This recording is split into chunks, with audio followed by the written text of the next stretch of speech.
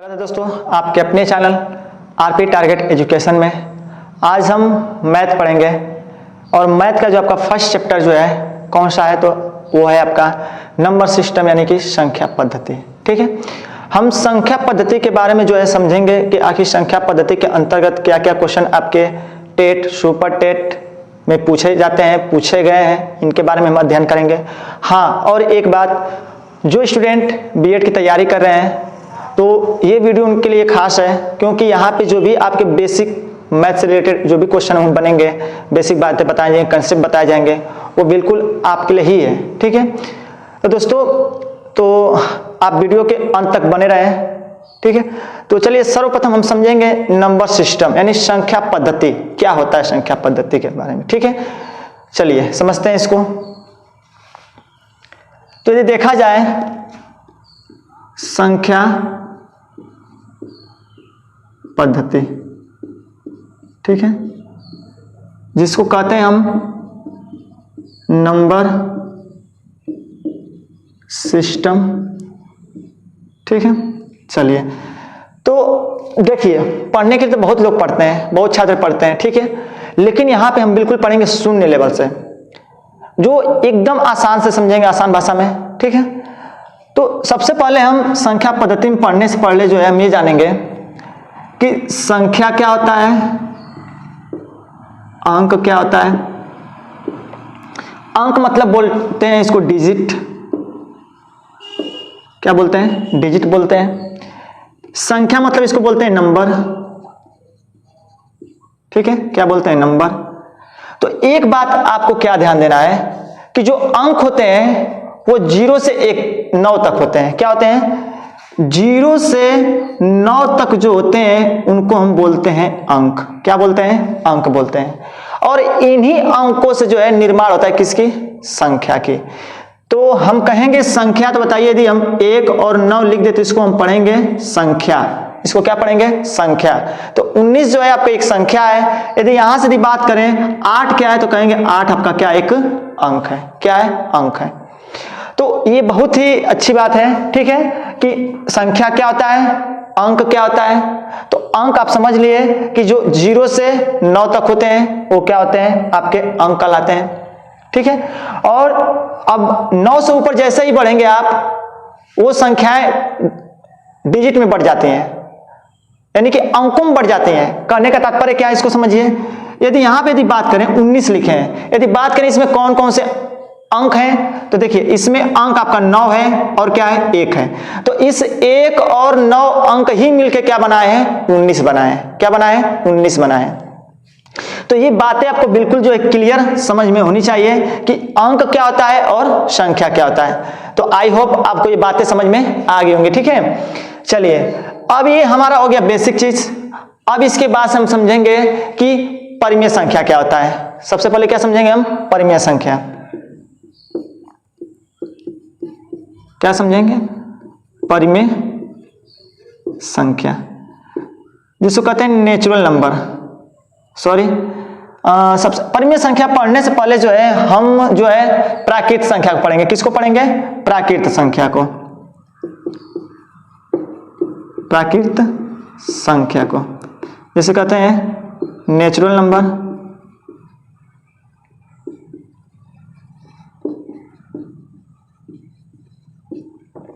ठीक है, प्राकृत संख्या क्या होता है। तो देखिए सबसे पहले आप ये समझिए प्राकृत संख्या क्या होता है। तो प्राकृत संख्याएं वे संख्याएं होती हैं जो कहां से शुरू होती हैं, 1 से शुरू होती हैं, और कहां तक, आप जहां तक काउंटिंग कर लें, या आप कह सकते हैं अनंत तक। क्या कह सकते हैं, अनंत तक। तो यहां से बातें समझिए, आप जो है आप जो भी आपकी प्रारंभिक शिक्षा है, जहां से भी आप जहां से भी ग्रहण किए होंगे, वो आप जो है वहां जब ग्रहण किए होंगे तो आपको जो गिनती है, यानी जब आपको गिनती सिखाया गया होगा तो कहां से सिखाया गया होगा, आपको 1 से ही सिखाया गया होगा, 0 से नहीं सिखाया गया होगा। इसका मतलब ये है कि जो भी प्राकृत संख्याएं होती हैं वो कहां से काउंटिंग होती हैं, वो 1 से शुरू होती हैं। तो कहेंगे प्राकृत संख्याएं वे संख्याएं होती हैं जो 1 से क्या होती हैं, शुरू होती हैं या प्रारंभ होती हैं। कहां तक, कह सकते हैं अनंत तक। तो ये बातें आपको बिल्कुल क्लियर होनी चाहिए। और इसे दर्शाया किससे जाता है, एन से दर्शाया जाता है। n से दर्शाया जाता है। ठीक है, अब यदि इसकी बात करें तो 1 2 3 डॉट डॉट डॉट डॉट आप कहां तक जा सकते हैं? अनंत तक। ठीक है, तो ये हो गया आपका प्राकृत संख्या। चलिए हम आगे समझते हैं दूसरा, पूर्ण संख्या। एकदम अच्छे से ध्यान देंगे आप लोग। ठीक है, पूर्ण संख्या यदि इसकी बात करें तो क्या इसको कहते हैं? इसको कहते हैं होल नंबर। क्या कहते हैं इसे कहते हैं हम होल नंबर। अब देखिए यहां पूर्ण संख्या क्या होती है। तो जिन प्राकृत संख्याओं में आप यदि 0 लगा देंगे वो संख्या क्या बन जाएगी? प्राकृत संख्या बन जाएगी। सॉरी, वो संख्या क्या बन जाएगी? पूर्ण संख्या बन जाएगी। ठीक है, तो पूर्ण संख्या बन जाएगी। तो आप देखिए, और देखिए पूर्ण संख्या को किससे डिनोट करते हैं, निरूपित किससे करते हैं? तो कहेंगे W से करते हैं। किससे करते हैं? W से करते हैं। हो गया।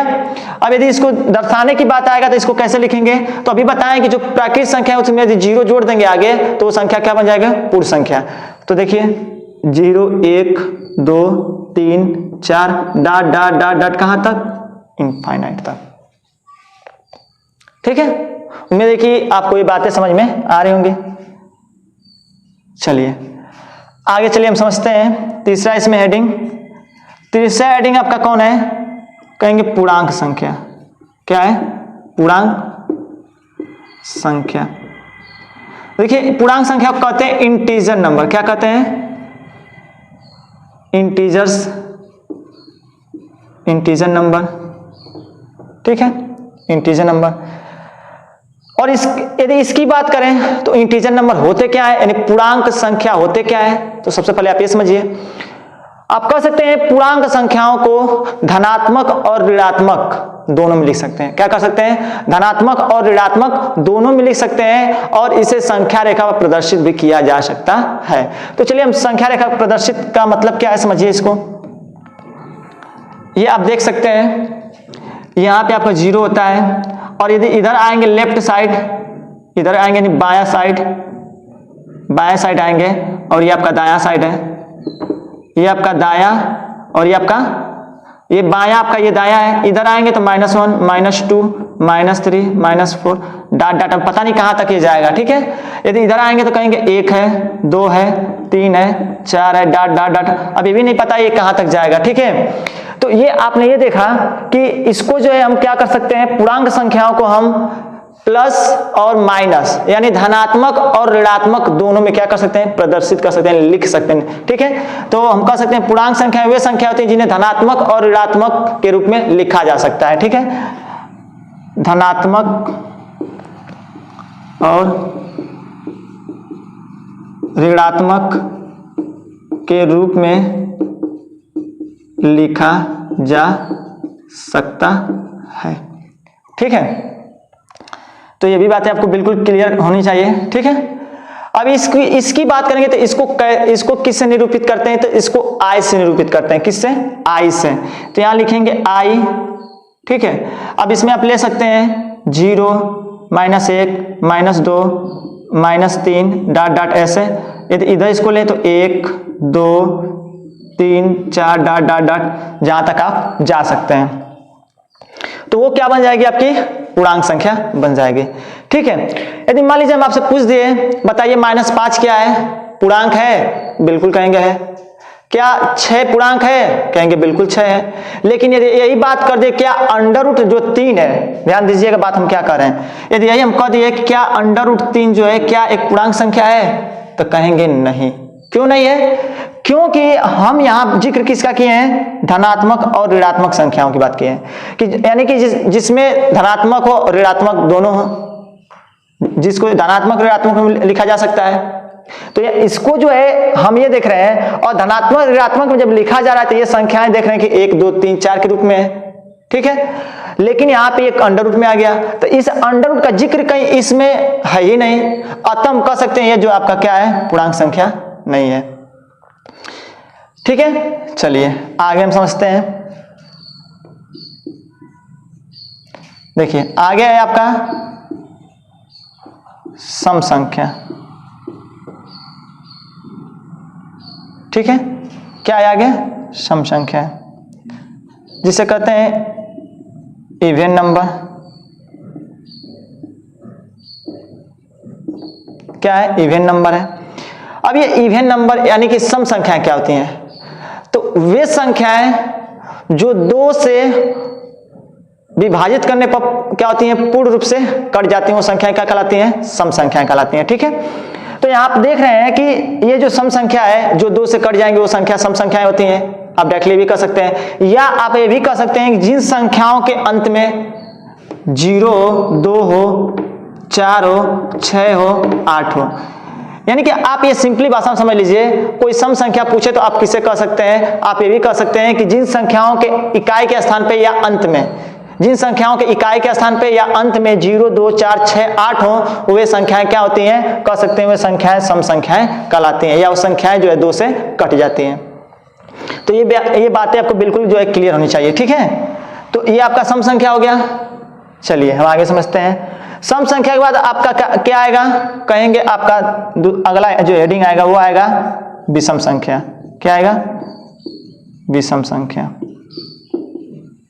क्या है? विषम संख्या, जिसको कहते हैं ऑड नंबर। क्या कहते हैं? Odd number. अब देखिए ये ऑड नंबर क्या होता है? यदि इसे देखा जाए, इसे किससे प्रदर्शित करते हैं? तो इसे जो है ई से प्रदर्शित करते हैं। किससे? ई से प्रदर्शित करते हैं।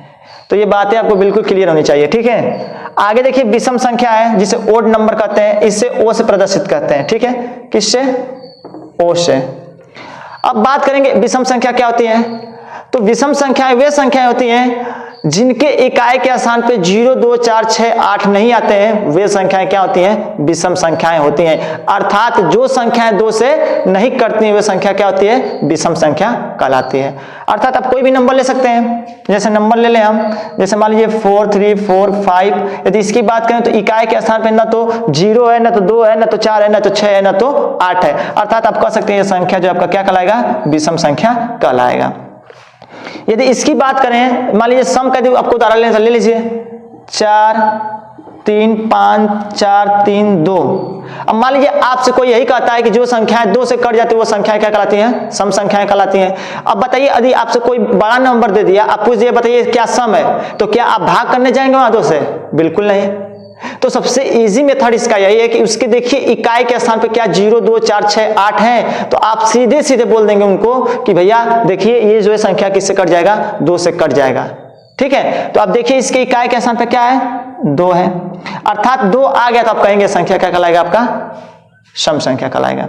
ठीक है, तो उम्मीद है कि आपको प्राकृत संख्या, पूर्ण संख्या, पूर्णांक संख्या, सम संख्या, विषम संख्या ये बातें आपको समझ में आई होंगी। ठीक है, तो इतना जो है आपको हम केवल आपको अपना इंट्रोडक्शन देने के लिए किए हैं। ठीक है, अब इसके आगे और भी स्टेप हैं, जैसे इसके आगे जो है आपको नेक्स्ट वीडियो में मिलेगा।